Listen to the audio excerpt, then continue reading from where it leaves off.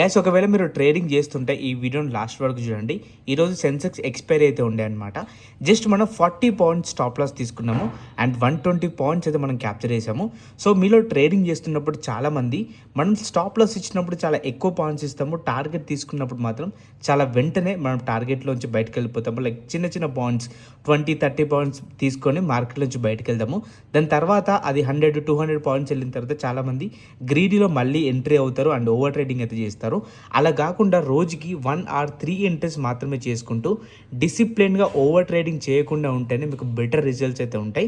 So ఈరోజు మనం లైవ్లోనే 42 పాయింట్స్ తోటి స్టాప్ లాస్ తోటి 120 పాయింట్స్ అయితే క్యాప్చర్ చేసాము. చూడండి మనం లైవ్లో కూడా అందరు మంచి ప్రాఫిట్ అయితే బుక్ చేశారు. 20,000, 5,000, 6,000, 8,000 profit. Very good guys. So ఇలా ఒక ప్రాపర్ రిస్క్ మేనేజ్మెంట్ తోటి చాలా తక్కువ స్టాప్ లాస్తో మనం ఇన్ని పాయింట్స్ అయితే హోల్డ్ చేయాలి. ఒకవేళ మీరు డిసిప్లిన్ ట్రేడర్గా అవ్వాలి అనుకుంటే వెంటనే మన అకౌంట్ని ఫాలో చేసి నాకు DM చేయండి. Thank you so much guys.